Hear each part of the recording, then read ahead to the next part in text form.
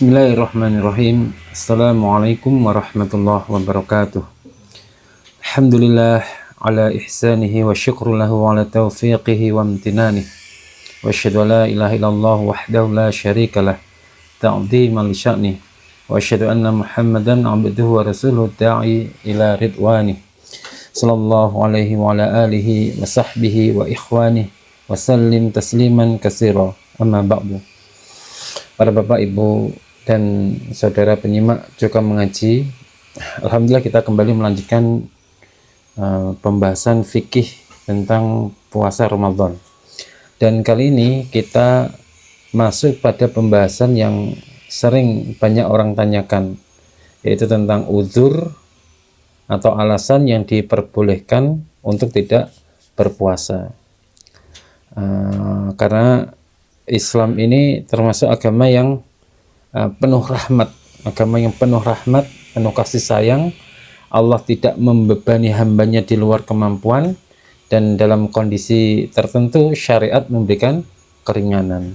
Maka penting bagi kita untuk memahami siapa saja yang mendapatkan kemurahan atau rukhsah tersebut, bagaimana aturannya dan apa yang harus dilakukan setelahnya. Ini nanti akan kita bahas pada bab ketiga. Semoga pembahasan ini membuat kita semakin faham bahwa syariat itu ternyata adil, bijak, dan penuh kasih sayang. Kita buka pada pembahasan Al-Babus Salis.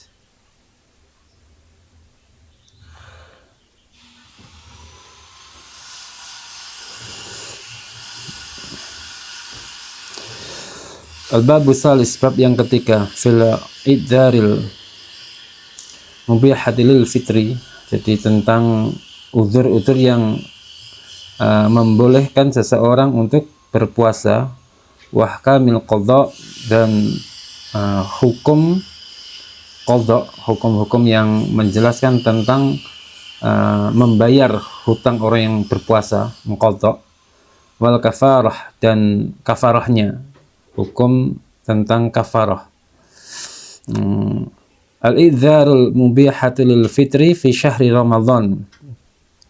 Uzur-uzur yang membolehkan berbuka di bulan Ramadan. Rakhasa syar'u al-hakimu bil fitri fi syahri Ramadan li ashabil idzari syar'iyyah raf'an lil harjin wa tahqiqan lil yusri liqaulillahi ta'ala faman kana minkum maridan aw ala safarin fa iddatun min ayyamin ukhar. Surat Al-Baqarah ayat 183. Jadi di sini menerangkan tentang uzur-uzur yang membolehkan seseorang berbuka di bulan Ramadan, di siang hari bulan Ramadan, bagi orang-orang yang memiliki uzur syar'i, sebagai bentuk menghilangkan kesulitan, raf'an lil harj, kesulitan, dan mewujudkan kemudahan. Berdasarkan firman Allah, surat Al-Baqarah ayat 183, barang siapa di antara kalian yang sakit dan dalam perjalanan, maka wajib mengganti puasanya pada hari-hari yang lain. Kita lihat dari makna al-idharil mubihati lil fitri, yang dimaksud dengan alasan-alasan syar'i yang dibenarkan oleh Allah sehingga seseorang boleh tidak berpuasa di bulan Ramadan. Ini menunjukkan bahwa tidak semua alasan itu boleh dijadikan sebagai uzur. Artinya apa? Artinya uzur itu harus berdasarkan dalil, bukan berdasarkan perasaan. Nah, hikmah disyariatkannya rukhsah itu apa? Di sini kita tulis rifqan bil harji wa tahqiqan lil yusri. Itu maksudnya untuk menghilangkan rasa susah, sempit, untuk mewujudkan kemudahan. Ini sesuai dengan kaidah besar dalam syariat, al-musyaqqatu tajlibu taisir.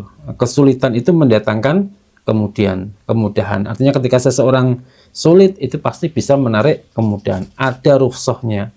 Sesuai dengan firman Allah Ta'ala, yaitu surat Al-Baqarah ayat 185, yuridullahu bikumul yusra wala yuridu bikumul usra. Allah menghendaki kemudahan bagi kalian dan Allah tidak menghendaki kesulitan. Nah, di sini uzur yang disebutkan dalam ayat ini menyebutkan dua uzur utama, yaitu marid dan musafir, orang yang sakit dan orang yang sedang dalam keadaan bepergian, seorang musafir. Keduanya ini boleh berbuka, tetapi wajib mengganti dengan hari yang lain. Jadi catatan pentingnya, ini bukan berarti gugur kewajiban puasa, itu tidak. Tapi kewajiban puasa ini tetap ada meskipun berpindah di waktu yang lain. Ini namanya qadha. Sedangkan pelajaran untuk fikihnya, ayat ini menjadi dalil bahwa puasa Ramadan itu tetap wajib, tetapi Allah memberikan rukhsah dalam kondisi tertentu. Jadi Islam itu bukan agama yang memberatkan umatnya, namun juga bukan agama yang bebas tanpa aturan. Semua diatur dalam syariat. Dan kita pembahasan awal. Pembahasan awal yang pertama kali yang dapat rukhsah siapa? Yang pertama itu al-maridu, orang yang sakit. Al-maridu allati yalhaquhu bisyam masyaqqatun zahiratun. Yang pertama adalah orang yang sakit. Orang sakit yang jika berpuasa justru menambah kesulitan yang nyata, masyaqqatun zahiratun. Au yasdatu maradahu au yata'akhkharu bur'uhu. Ini maksudnya ketika dia puasa, sakitnya ini justru bertambah parah, atau kesembuhannya itu jadi tertunda, yata'akhkhar, jadi tertunda. Nah, yata'akhkhar bar'uhu atau bur'uhu, kesembuhannya menjadi tertunda. Nah, maka ya juzulahu al-fitru, dia boleh tidak puasa, boleh berbuka. Akan tetapi wa yajibu alaihil qada'u idza kana yurja shifa'uhu. Dia tetap wajib mengganti puasanya apabila penyakitnya ini diharapkan sembuh. Kalau penyakitnya sudah sembuh, berarti dia harus kewajiban puasa. Kemudian ketika dia meninggalkan puasa, maka di lain waktu ketika dia sudah sehat, dia wajib untuk mengqadha. Qala al-Imam Ibnu Qudamah rahimahullah. Imam Ibnu Qudamah rahimahullah mengatakan, ajma'a ahlul ilmi ala anna al-maridha allati yatadarru bis-shaumi lahul fitr. Ibnu Qudamah mengatakan para ulama telah bersepakat bahwa orang yang sakit yang mengalami bahaya karena puasa, maka dia boleh berbuka. Itu dalam Al-Mughni juz 3 halaman 37. Nah, ini menurut penjelasan fikihnya, jenis sakit yang membolehkan seseorang untuk berbuka itu bukan semua sakit otomatis boleh berbuka. Itu tidak. Sakit panu terus kemudian menjadikan alasan untuk tidak berpuasa, ini tidak boleh. Yang dimaksud adalah orang yang sakit itu menimbulkan masyaqqah zahirah. Kesulitannya itu nyata. Kalau dia berpuasa itu justru menambah, menyebabkan penyakitnya ini tambah parah, atau menyebabkan kesembuhannya tertunda. Mungkin demam tinggi sehingga dia tidak bisa berpuasa, atau infeksi berat, atau sakit lambung, kondisinya lemah yang membahayakan, atau yang penyakit yang menurut dokter ahli ini menyatakan puasa bisa memperburuk keadaan, maka dia boleh tidak puasa. Namun jika penyakitnya itu sementara, di sini kita tulis wa yajibu alaihil qadha idza kana yurja shifa'uhu. Jika penyakitnya sementara, ada harapan sembuh, maka dia boleh berpuasa tapi mengqadhanya. Kalau tadi kan tidak bisa disembuhkan, maksudnya dokter itu menganggap penyakitnya parah kalau puasa. Orang yang terkena mah akut, ya kan?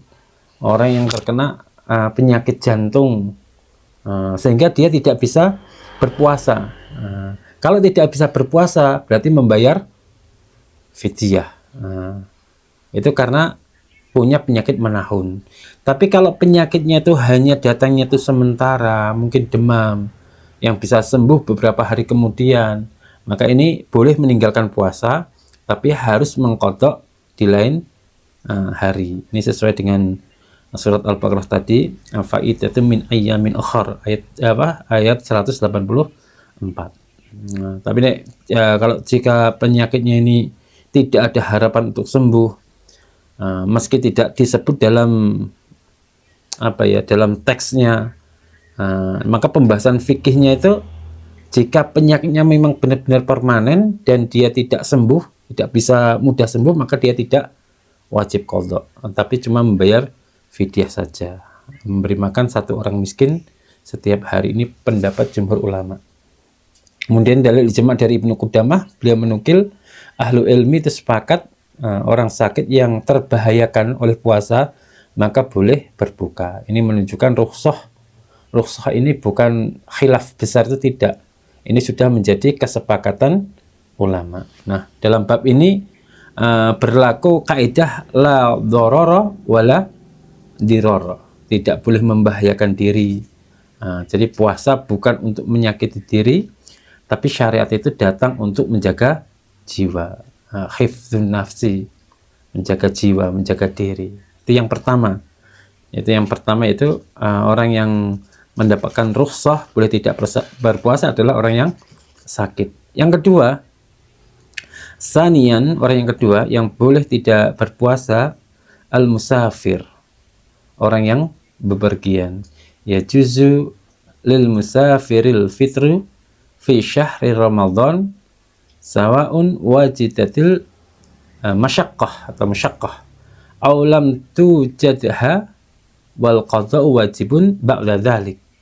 Yang kedua yaitu musafir. Musafir itu boleh berbuka di bulan Ramadan, baik dia merasakan kesulitan ketika dalam perjalanan, wajidatil masyaqqah, aulam tujadha, atau dia tidak merasakan kesulitan, maka dia boleh tidak berpuasa, akan tetapi dia wajib untuk mengqadha'nya setelah itu. Wal qadha'u wajibun ba'da dzalik. Ini diriwayatkan oleh Anas bin Malik radhiyallahu anhu qala kunna nusafir ma'an Nabi sallallahu alaihi wasallam falam ya'ibis sha'im 'alal muftir walal muftiru 'ala as-sha'im. Kata Anas bin Malik radhiyallahu anhu, dia mengatakan kami pernah safar bersama Nabi sallallahu alaihi wasallam, maka yang berpuasa tidak mencela yang berbuka, dan yang berbuka pun juga tidak mencela yang puasa. Ini diriwayatkan oleh Bukhari dan Muslim. Qala al-Imam An-Nawawi rahimahullah fihi dalilun ala jawazi saum wal fitri lil musafir wala ithma fi hadhima. Syarah Sahih Muslim. Imam Nawawi menjelaskan dalam hadis ini terdapat dalil bolehnya puasa dan bolehnya berbuka bagi musafir. Tidak ada dosa pada salah satu dari keduanya. Jadi boleh tetap melanjutkan puasa, boleh tidak puasa.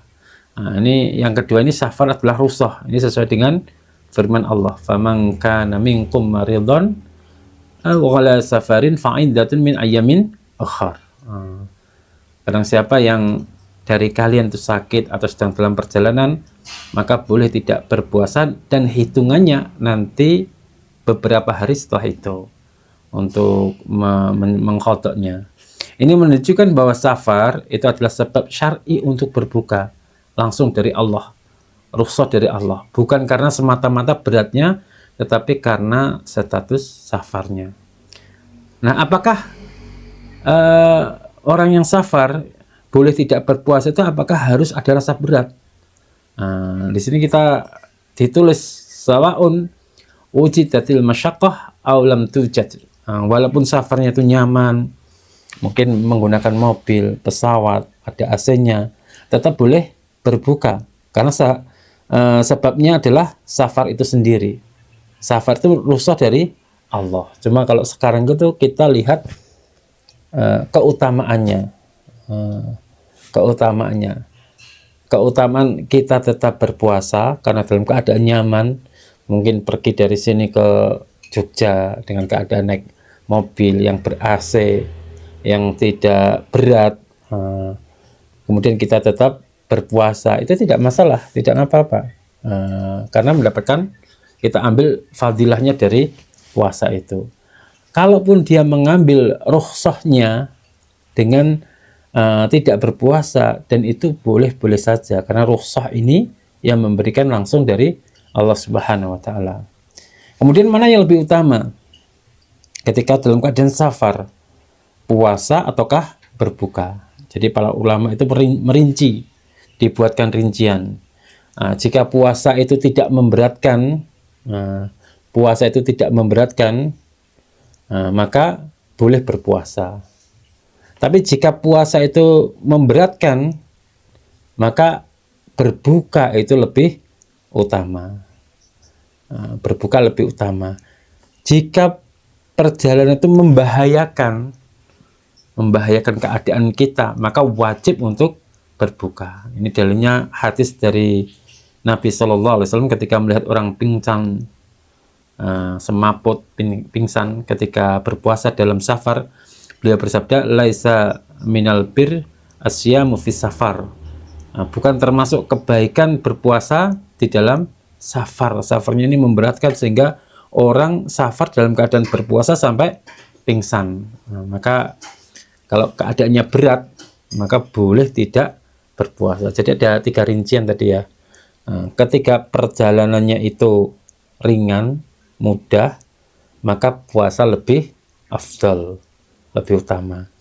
Jika perjalanannya itu memberatkan, maka tidak puasa itu lebih utama. Meskipun sebenarnya kalau dia mampu untuk puasa, sah-sah saja, boleh-boleh saja, tapi lebih afdal tidak puasa. Dan jika perjalanannya itu membahayakan, maka pilihannya yang lebih afdal dan wajib adalah tidak berpuasa. Itu ada tiga pilihan tadi.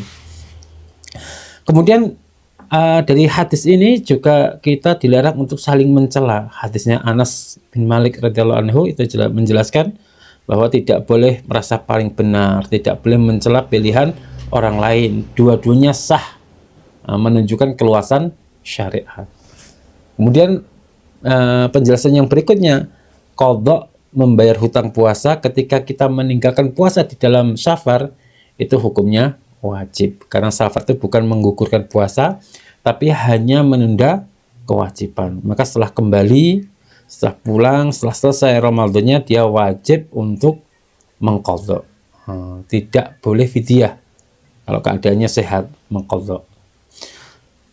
Kemudian penjelasan yang ketiga, orang yang mendapatkan rukhsah salisan al-haidu wan nufasa, yaitu wanita yang haid dan wanita-wanita yang nifas.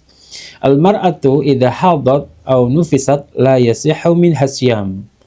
Seorang perempuan yang ketika dia mengalami haid atau bernifas, dalam keadaan nafas itu nifas itu berarti setelah melahirkan, la yasihu min hasyam, maka tidak sah untuknya berpuasa. Dia tidak boleh, tidak sah puasanya. Wa yajibu 'alaihal fitru tsumma al-qadha'u ba'da zuhri. Kemudian dia wajib untuk berbuka, tidak puasa, lalu wajib mengqadha setelah dia suci. An Aisyah radhiyallahu anha qalat, kunna nahidu ala ahdi Rasulillah sallallahu alaihi wasallam fa nu'maru bi qadha'is shaum wa la nu'mar bi qadha'is shalah. Rawahu Bukhari dan Muslim. Kata Aisyah radhiyallahu anha, beliau mengatakan, kami dulu di masa Nabi, zaman Nabi, ketika kami mengalami haid, maka kami diperintahkan untuk mengqadha puasa dan tidak diperintahkan mengqadha salat. Wa qala al-Imam Ibnu Abdul Bar rahimahullah, Imam Ibnu Abdul Bar rahimahullah mengatakan, ajma'al ulama ala anna al-haidha wan nifasa yufsidani syam wa anna 'alal mar'atil qadha duna shalah. Kata Imam Ibnu Abdul Bar, dia mengatakan rahimahullah, para ulama telah berijma telah sepakat bahwa haid dan nifas itu membatalkan puasa, merusak puasa, dan bahwa wanita yang haid dan nifas itu wajib mengqadha puasa tanpa mengqadha sholat. Hanya puasa saja yang diqadha. Sholatnya tidak perlu diqadha. Nah, puasa tidak sah ketika haid atau ketika nifas ini bukan sekedar boleh tidak puasa, tetapi memang tidak sah. Jika tetap berpuasa, maka hukum puasanya itu tidak sah. Kalau seseorang wanita tetap berpuasa saat haid, maka puasanya batal. Karena Nabi SAW secara tegas memerintahkan untuk tidak berpuasa. Dia juga wajib mengqadha puasanya ketika telah suci. Ini wajib mengganti hari-hari yang ditinggalkan. Berdasarkan hadis Aisyah yang tadi yang disepakati oleh ulama dan sahih. Kemudian tidak mengqadha sholat. Mengapa sholat tidak diqadha? Para ulama menjelaskan sholat itu berulang setiap hari. Berulang setiap hari. Jika harus diqadha semua akan sangat memberatkan. Inilah termasuk rahmat Allah kepada wanita. Seandainya setiap wanita itu yang haid atau yang nifas, kemudian dia meninggalkan sholat dan wajib mengqadha, maka ini sangat memberatkan wanita. Maka disinilah rahmat Allah sangat adil. Wanita yang haid dan nifas itu cukup mengqadha puasanya tanpa mengqadha sholatnya. Dan ini termasuk ijma, kata Ibn Abdul Bar, menegaskan bahwa ini adalah ijma ulama. Artinya tidak ada khilaf di kalangan ulama bahwa orang wanita yang nifas atau haid membatalkan puasa dan wajib mengqadha. Ini semua ulama sepakat. Kemudian penjelasan yang keempat, orang yang boleh tidak puasa yaitu al-hamilu wal murdi. Orang yang dalam kondisi hamil dan menyusui. Idza khafatil hamilu awil murdi ala nafsiha aw ala waladiha jazalahal fitri. Apabila seorang wanita yang hamil dan menyusui, dia khawatir terhadap dirinya atau terhadap anaknya, maka dia boleh untuk meninggalkan puasa. Ini penjelasannya oleh qala Ibnu Abbas radhiyallahu anhuma, al-hamilu wal murdi idza khafata aftarata. Ibnu Abbas menjelaskan bahwa seorang wanita yang hamil dan menyusui, apabila keduanya khawatir kepada dirinya dan anak-anaknya yang dikandung atau yang disusui, maka keduanya boleh berbuka. Wal aqrabu wujubul qadha'i 'alaiha. Namun pendapat yang terkuat adalah wajib atas keduanya untuk mengqadha. Ini penjelasan dari salah satu imam.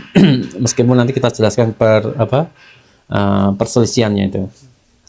Qala Syekhul Islam Ibnu Taimiyah rahimahullah wa sahihu annahuma taqdiyani idza aftarata. Syekhul Islam Ibnu Taimiyah rahimahullah mengatakan pendapat yang benar adalah keduanya wajib mengqadha jika telah mengambil pilihan tidak berpuasa di bulan Ramadan. Boleh berbuka itu karena apa? Karena ada uzur, wanita hamil dan menyusui itu termasuk yang mendapatkan keringanan. Jika dia khawatir dirinya lemah, atau janinnya terganggu, atau bayinya kekurangan ASI, atau berdasarkan rekomendasi dari medis, maka ia boleh tidak berpuasa. Lalu apa kewajiban setelah itu? Kewajibannya apa? Nah, disinilah ulama berbeda pendapat. Ulama pertama mengatakan dia wajib untuk qadha saja. Qadha saja. Berarti ketika meninggalkan puasa dia wajib untuk qadha. Pendapat yang kedua, dia wajib qadha dan fidyah. Ini juga qadha yang khawatir kepada anaknya. Ini menurut pendapatnya Syafi'iyah. Qadha dan fidyah. Sedangkan pendapat yang ketiga, dia wajib untuk fidyah saja. Ini yang dinukil dari perkataan Ibnu Abbas dan Ibnu Umar dalam sebagian riwayat. Nah, pendapat yang lebih kuat, banyak ulama muhaqqiqin, ulama tahqiqul hadis ini seperti Ibnu Taimiyah, Ibnu Qayyim al-Jauziyah, Syekh bin Baz, kemudian Syekh Ibnu Utsaimin memilih bahwa keduanya ini hukumnya seperti orang sakit. Berbuka karena uzur karena ada uzurnya, tidak tidak berpuasa karena ada uzurnya. Ulama-ulama ini memilih wajib mengqadha saja, tidak wajib fidyah. Karena sesuai dengan firman Allah, "Faman kana minkum maridhan aw ala safarin fa'iddatun min ayyamin ukhar." Barang siapa yang sakit atau dalam keadaan safar, maka boleh mengganti puasanya di lain hari. Nah, wanita yang hamil dan menyusui ini termasuk kategori yang uzur, yang mirip dengan orang yang sakit.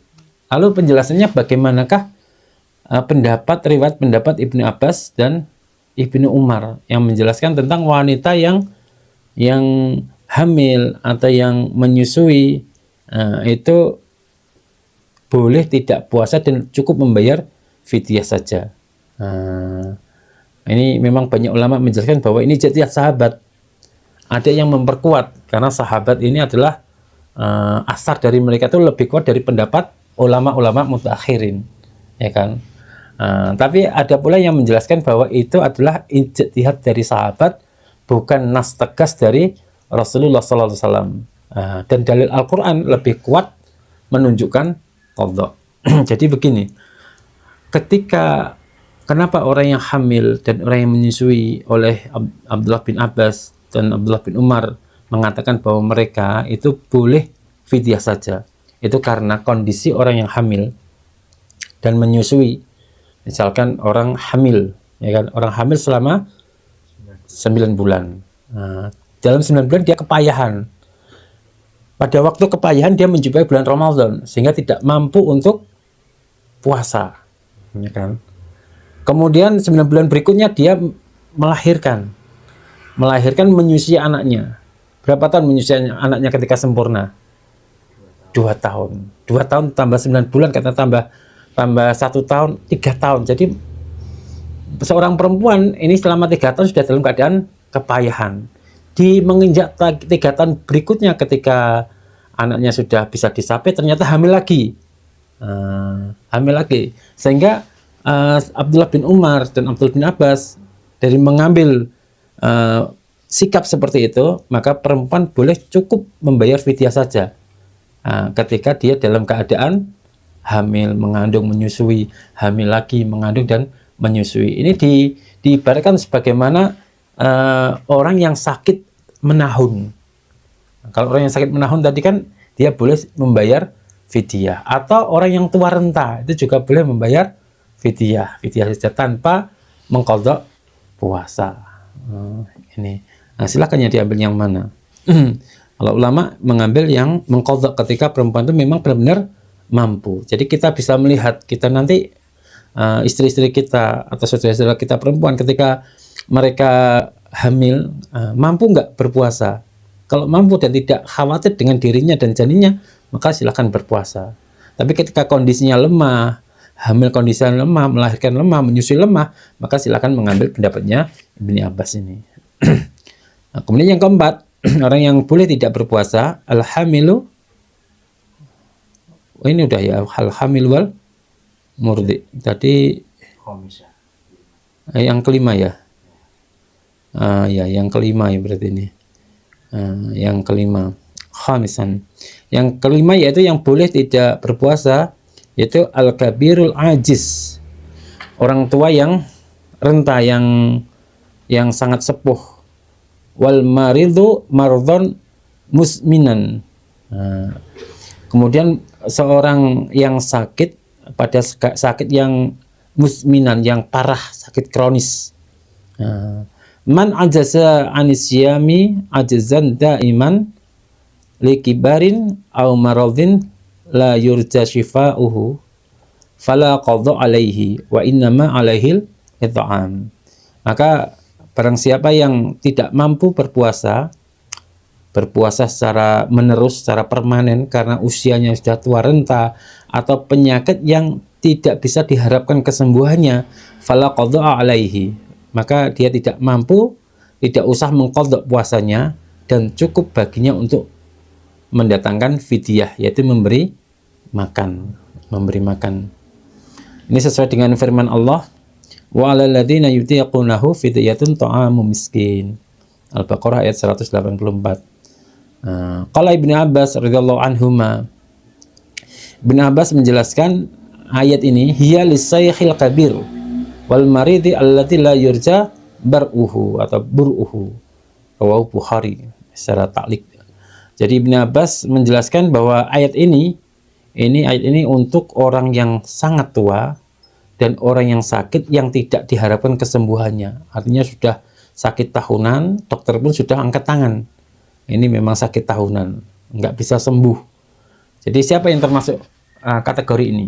Orang tua yang sangat renta, lemah fisiknya secara permanen ini, atau anak muda, orang muda tapi punya penyakit yang kronis seperti gagal ginjal, kanker stadium akhir atau berat, penyakit yang menurut medis itu tidak ada harapan untuk sembuh. Ini bukan sakit sementara tapi sakit menahun. Mengapa mereka tidak wajib untuk mengqadha?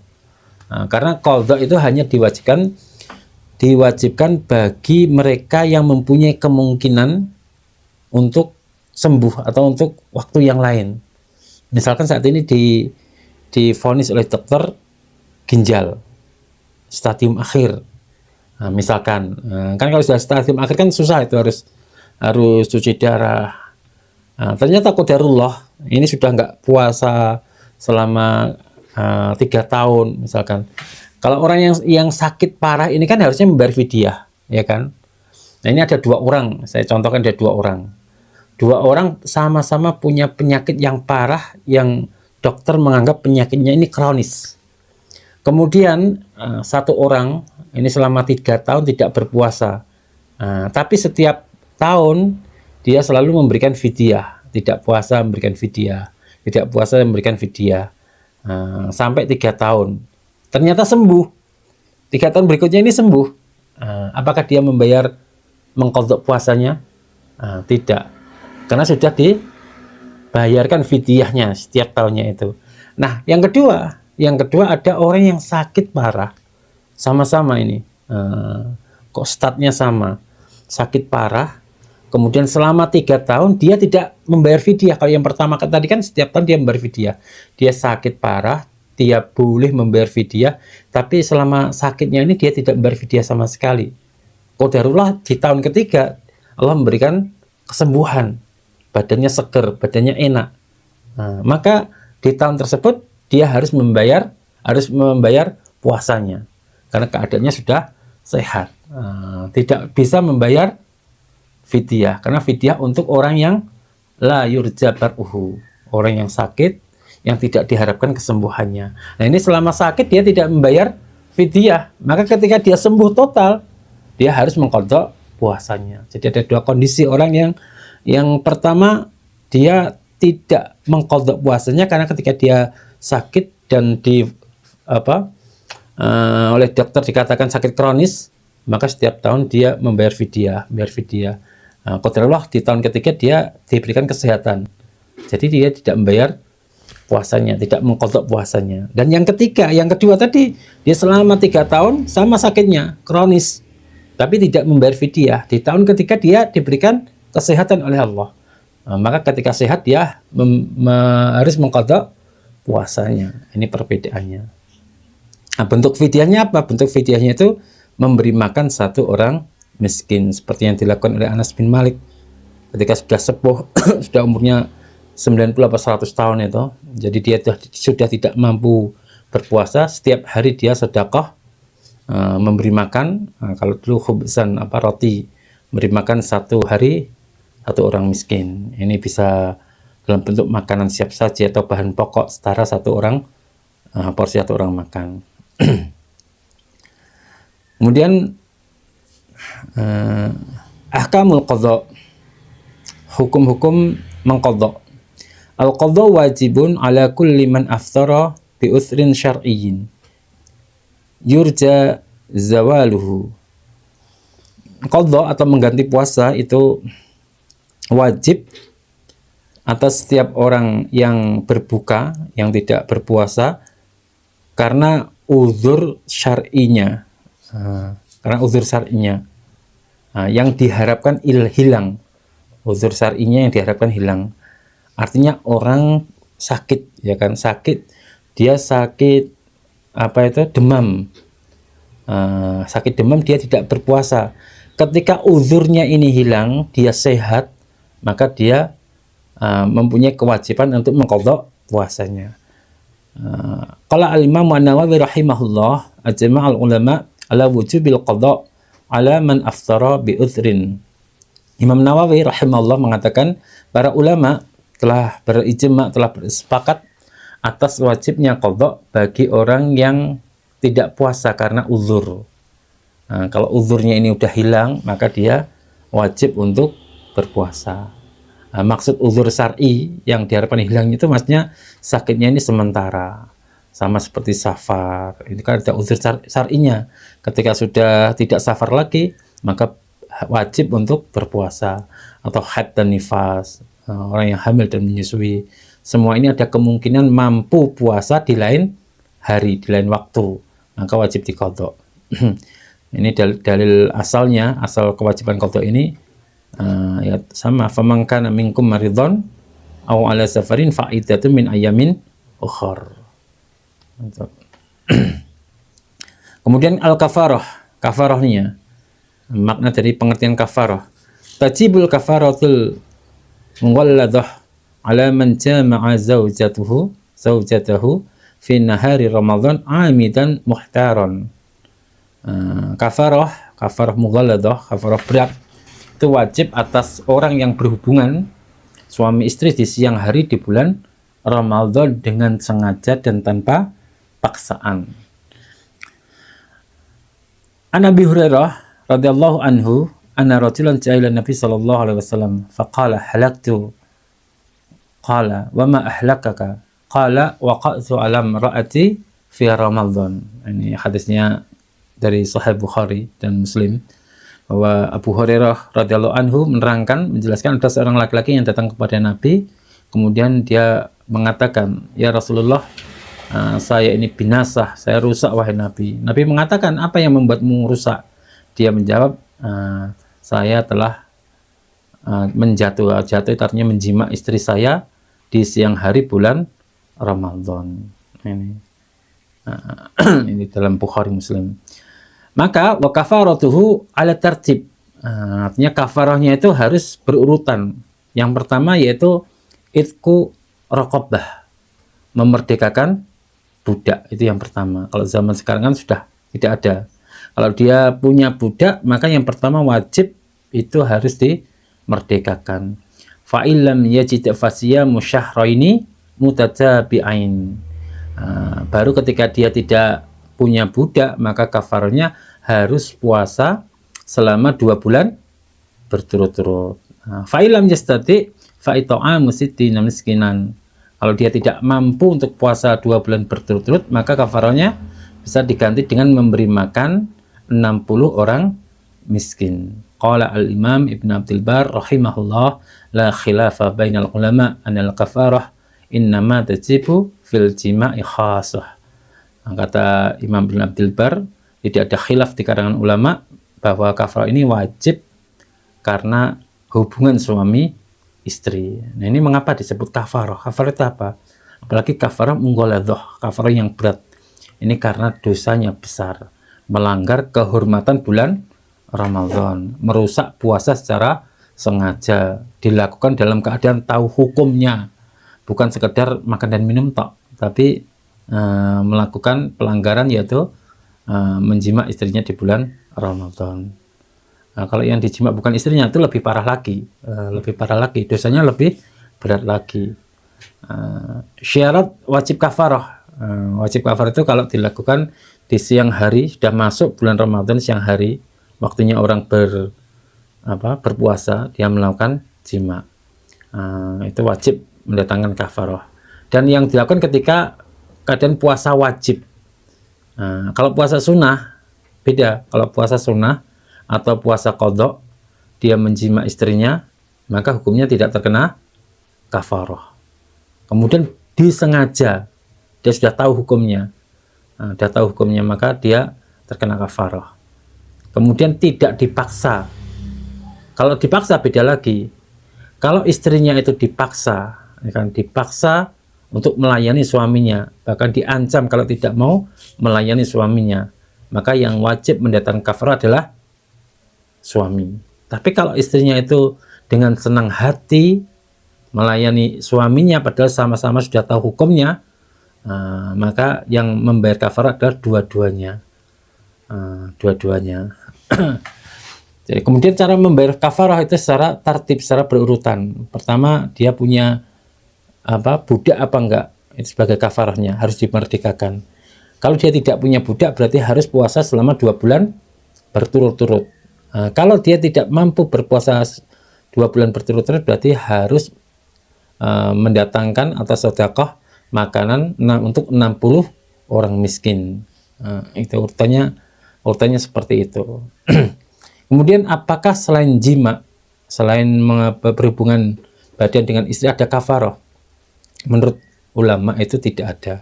Yang ada kafarahnya ketika bulan puasa itu ya hanya berhubungan badan suami dan istri. Dulu dalam Islam jama itu dikatakan kobongan. Kobongan itu menjima istri di siang hari di bulan Ramadan. Jadi kalau makan dengan sengaja, minum dengan sengaja, bahkan mengeluarkan, kalau ulama mengatakan mengeluarkan sperma dengan sengaja, itu tetap dosa besar, tetap wajib, tetap qadha, tapi tidak ada kafarahnya. Karena Nabi sallallahu alaihi wasallam hanya menetapkan kafarah ini pada kasus jima saja. Kemudian apakah istri juga wajib mendatangkan kafarah? Iya, kalau istri itu tahu hukumnya dan tidak dalam keadaan dipaksa, maka istri juga mendapat kewajiban untuk mendatangkan kafarahnya. Tapi kalau istri itu dipaksa, maka istri tidak wajib mendatangkan kafarahnya. Insya Allah demikian yang bisa kami sampaikan. Ada kurang lebihnya dalam menyampaikan, kami mohon maaf yang sebesar-besarnya. Wassalamualaikum warahmatullahi wabarakatuh.